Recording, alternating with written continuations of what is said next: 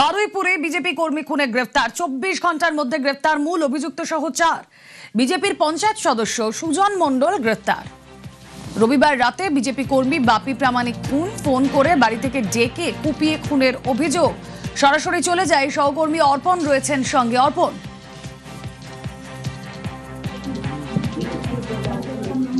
দেখো, আমরা এই মুহূর্তে বাপি প্রামাণিকের বাড়িতে রয়েছি। তার পরিবার, শোকস্তব্ধ পরিবার, তারা গতকাল থেকেই যে অভিযোগ করছিলেন সেই অভিযোগের ভিত্তিতে 4 জনকে গ্রেপ্তার করা হয়েছে। আমরা কথা বলবো বাপি প্রামাণিকের স্ত্রীর সঙ্গে এবং তার 2 মেয়ে এখানে রয়েছে। দিদি, 2 জনকে তো গ্রেপ্তার করা হয়েছে, সুজনকে গ্রেপ্তার করা হয়েছে, কি বলবেন? শাস্তি চাই, শাস্তি চাই। আমার স্বামী যারা খুঁজে মেরেছে ওদেরও শাস্তি, ফাঁসি চাই, ফাঁসি, ফাঁসি হোক, ফাঁসি, সব ফাঁসি হবে। যে কয়েক ছিল সবার ফাঁসি হোক।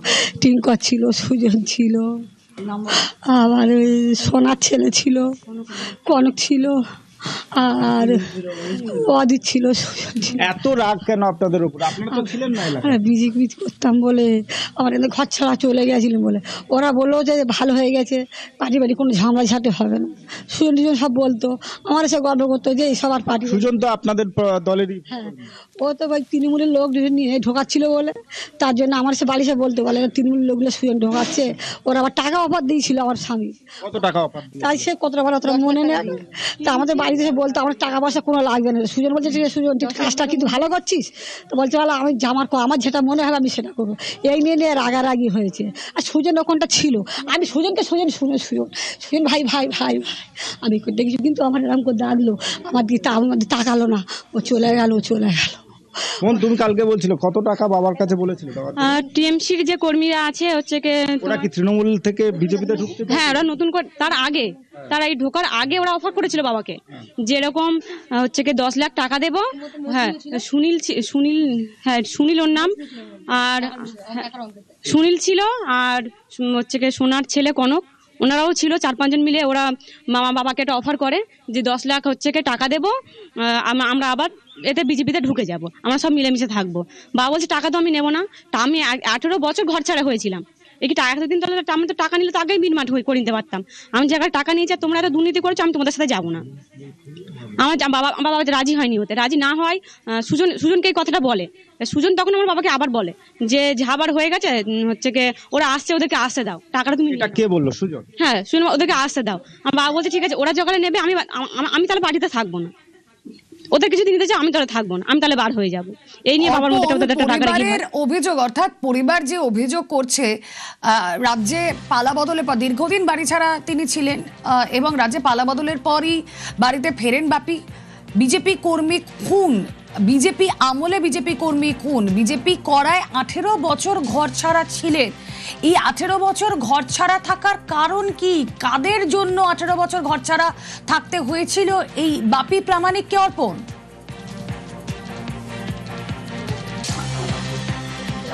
একদম। এই যে বাবাকে এতদিন ঘর ছাড়া থাকতে হয়েছে কেন? বাবা দীর্ঘদিন থেকে বিজেপি পার্টি করতো। আমরা তো প্রথমে হচ্ছে তখন পার্টিতে ছিল আমার বাবা। থাকার পরে বাবা যখন এখান থেকে ওরা যখন মারধর করে, আরও সব যারা পার্টির কর্মী ছিল তাদেরকে কম বেশি সবাইকে মারধর করেছে, কারোর হাত পা ভেঙে দিয়েছে, কেউ একদম বাঁচার আশা ছিল না, এমনও হয়েছে। তারা সবাইকে কম বেশি মারধর করেছে। আমার বাবাকে তো তখন পুলিশের কাছে আপনারা কমপ্লেন করেছিলেন? বাবারা গিয়েছিল, অনেক কবারই গিয়েছিল, কিন্তু কোনো লাভ হয়নি তাতে। তখন কি তৃণমূলের সরকার? হ্যাঁ, তখন হচ্ছে তৃণমূলের সরকার দীর্ঘদিন ধরেই হুঁশিয়ারি ছিল, সেই জন্য 18 বছর ধরে বাড়ি ছাড়া থাকা। তারপর বিজেপি কর্মী খুন, বাড়ি ফেরার পর, পালা বদলের পর 18 বছর পর বাড়ি ফেরার পর খুন, আর তারপর আমরা দেখলাম 24 ঘন্টার মধ্যেই অ্যাকশন।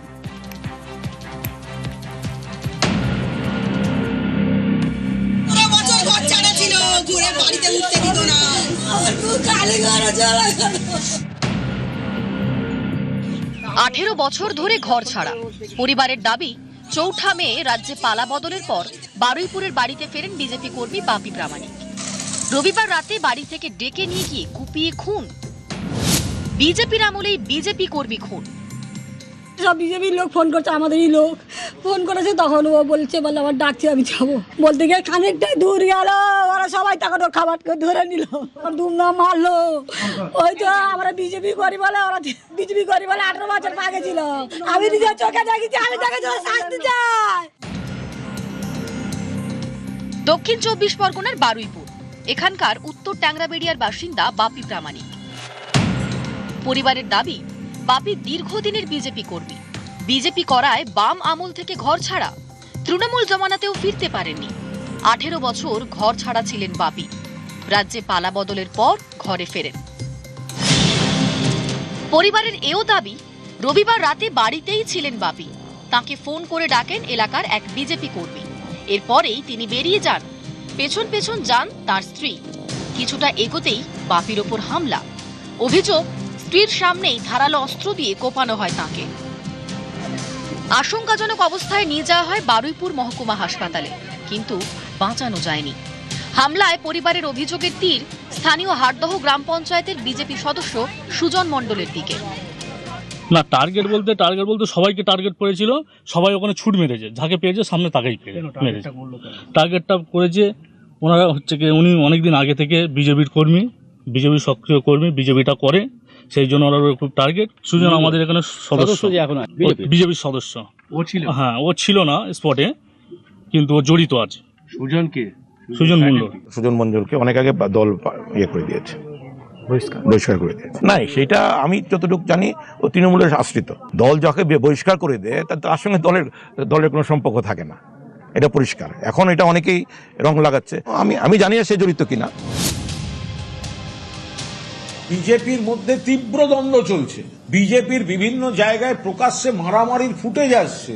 সবাই এখন দাদাগিরি, তোলাবাজি, নানা স্বার্থে কে কোন এলাকার দখল নেবে, কে কাকে চমকিয়ে তোলা তুলবে, তোলার টাকার ভাগ কে নেবে, নানা অভিযোগ আসছে। ফলে পুলিশ নিরপেক্ষ তদন্ত করুক, দয়া করে যেন বাকিদের উপর না চাপায়। প্রথম কথা হচ্ছে, খুন হয়েছে সেটা যদি প্রমাণিত হয়, যারা এই ঘটনার পেছনে আছেন তিনি যে পার্টিরই হোক না কেন, যে রাজনৈতিক দলের তিনি করিতকর্মা কর্মী হন না কেন, ভারতীয় জনতা পার্টি তার পেছনে দাঁড়াবে না, তাকে কোনো রকম পলিটিক্যাল ইমিউনিটি দেবে না। বারুইপুর থেকে অর্পণ মণ্ডল, নিউজ 18 বাংলা। নানুরে বিজেপি নেতার বাড়িতে বোমাবাজি, সাদা থান, বিজেপির অফিসেও আগুন। চাঞ্চল্যকর অভিযোগ তৃণমূলের বিরুদ্ধে, তাদের যদিও কোনো প্রতিক্রিয়া মেলেনি।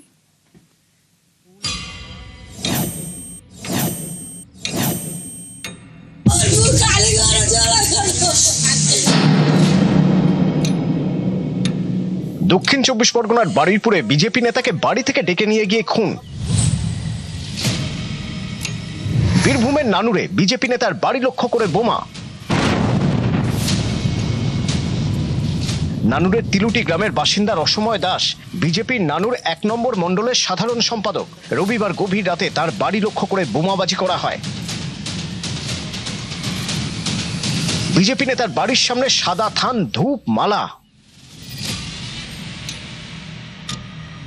পার্টি অফিসেও আগুন ধরিয়ে দেওয়া হয়। অভিযোগের আঙুল তৃণমূলের দিকে।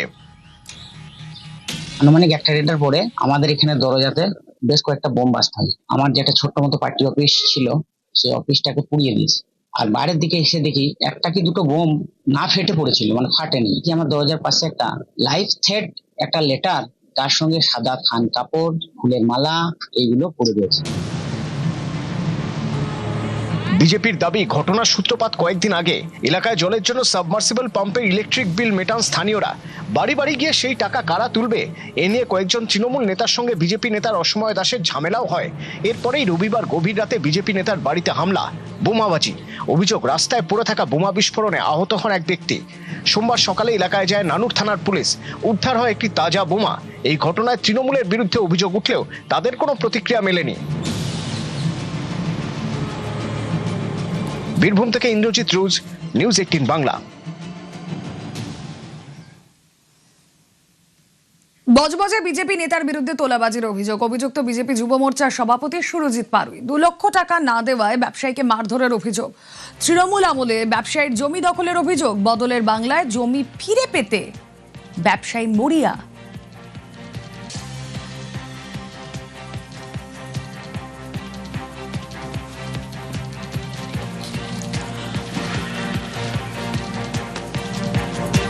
তৃণমূল জমা নাই, আমার দোকানের খানিকটা অংশ দখল করে নিয়েছিল তৃণমূলের পার্টি অফিস। এখন বিজেপি সরকার এসছে, জায়গাটা ঘেরা করার চেষ্টা করেছিলাম, কিন্তু ওখানে বিজেপি যে এখন কর্তা সুরজিৎ পারুই, উনি আমার ছেলেকে থ্রেট দিয়ে গেছে, বলেছে যে 2 লাখ টাকা দিতে হবে, নাহলে ওখানে করতে দেবে না। সকালে আমাদেরকে ডাকতে এসছে, আমি, আমার স্বামী, এবার আমার ছেলে 3 জনে গিয়েছি পার্টি অফিসে। ওরা আমাদের ওপর চড়াও হয়, আমার ছেলেকে আমার স্বামীকে মারধর করে। আমি কি আটকালে আমাকে ধাক্কা মেরে ফেলে দিয়েছে, আমার এই হাঁটু চড়ে গেছে এখানে।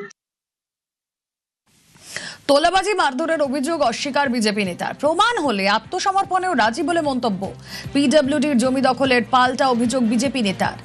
পার্টি অফিসের পিছনে জোর করে পাঁচিল তৈরির অভিযোগ। ব্যবসায়ী পরিবারের বিরুদ্ধে সরব বিজেপি নেতা।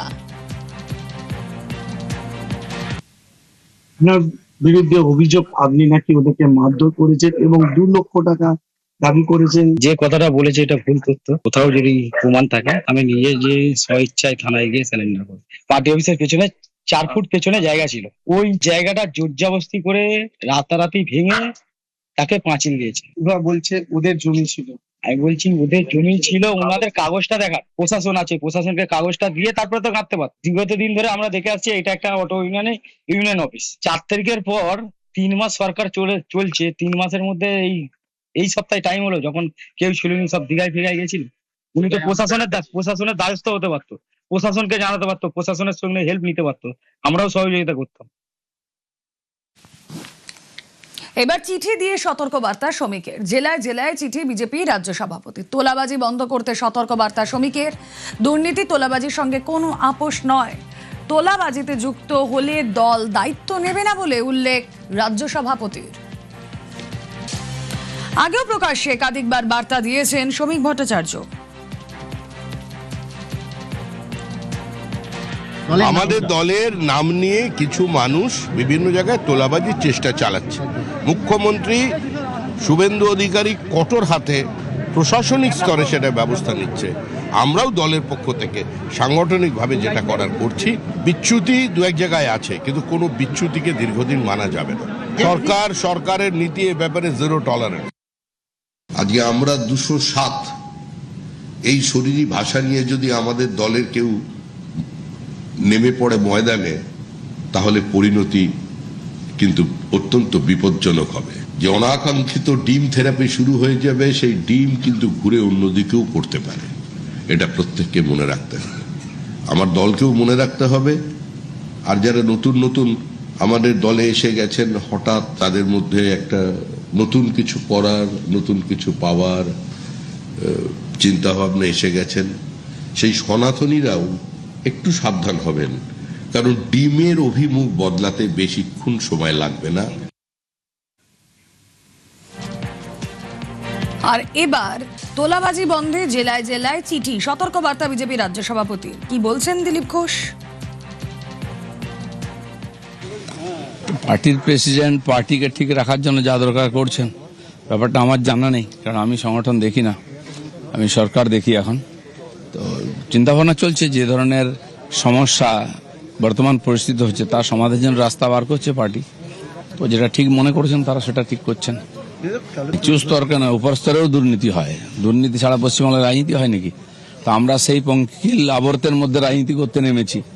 তো কিছু তো ছোঁয়া লাগবে। ওদিকের লোকেরা কেউ ঢোকার চেষ্টা করছে, এত টাকা কামিয়েছে, কিছু না কিছু তো সেই টাকা ইনভেস্ট করে করার চেষ্টা চলছে।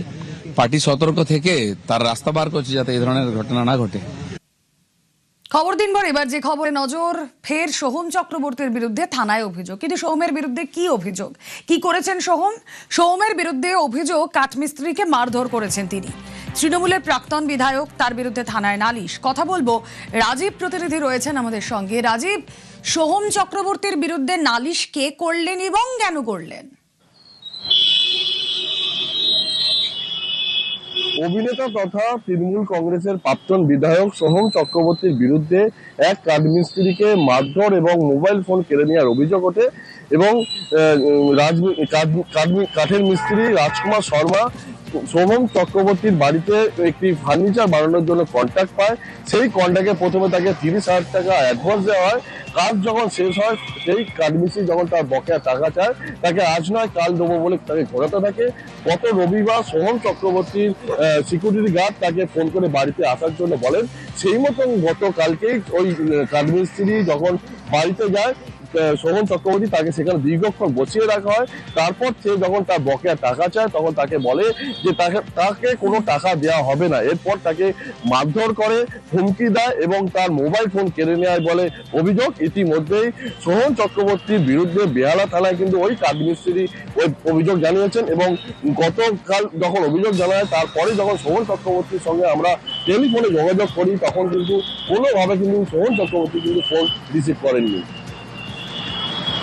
ওকে, কি অভিযোগ সোহমের বিরুদ্ধে?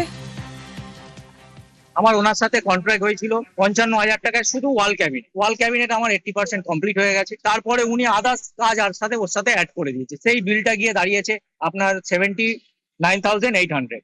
আমি পয়সা চেয়েছি বলে আমাকে দিন পর দিন আজকে দেবো কালকে দেবো করে গেছে।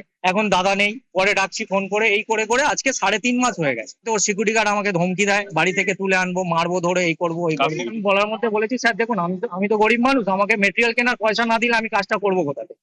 বলতেই আমাকে সোমদা মারলো ধরে।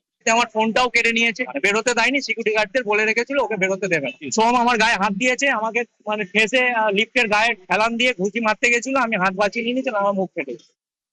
ওনার যে টেম্পারমেন্টটা কতটা হাই, এর আগে রেস্তোরাঁয় গিয়ে কাউকে ধরে মারধর করেছে।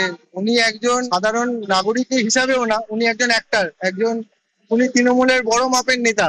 ওনার যদি এই টেম্পারমেন্ট হয়, গরিব একটা ছেলে যে কাঠের কাজের জন্য টাকা চেয়েছে তাকে যদি এরকম ভাবে হেনস্থা করে, আমরা সবাই সব গল্প শুনেছি, দেখি টিভিতে বারবার। আজকে তো দেখছি পাড়ার মধ্যেই হচ্ছে। আজকে উনি এত প্রভাবশালী হওয়ার ফলে কি এরকম ভাবে লোককে ডেকে হেনস্থা করছে?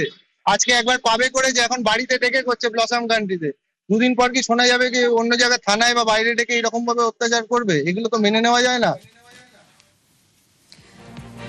সোহমের সঙ্গে যোগাযোগ করার চেষ্টাও করি আমরা, কিন্তু তার সঙ্গে আমরা কানেক্ট করতে পারিনি এখনো। সোহম চক্রবর্তীর বিরুদ্ধে অভিযোগ থানায়, কাঠগড়ায় ফের সোহম চক্রবর্তী আর সোহমের বিরুদ্ধে এবার কাঠমিস্ত্রিকে মারধর করার অভিযোগ। এফআইআর এর কপি সেই জায়গাও আপনাদের দেখাচ্ছি যেখানে অভিযোগ স্পষ্ট করেছেন তিনি, যে তিনি গায়ে হাত তোলেন, এলোপাতারি কিলচর ঘুষি মারেন।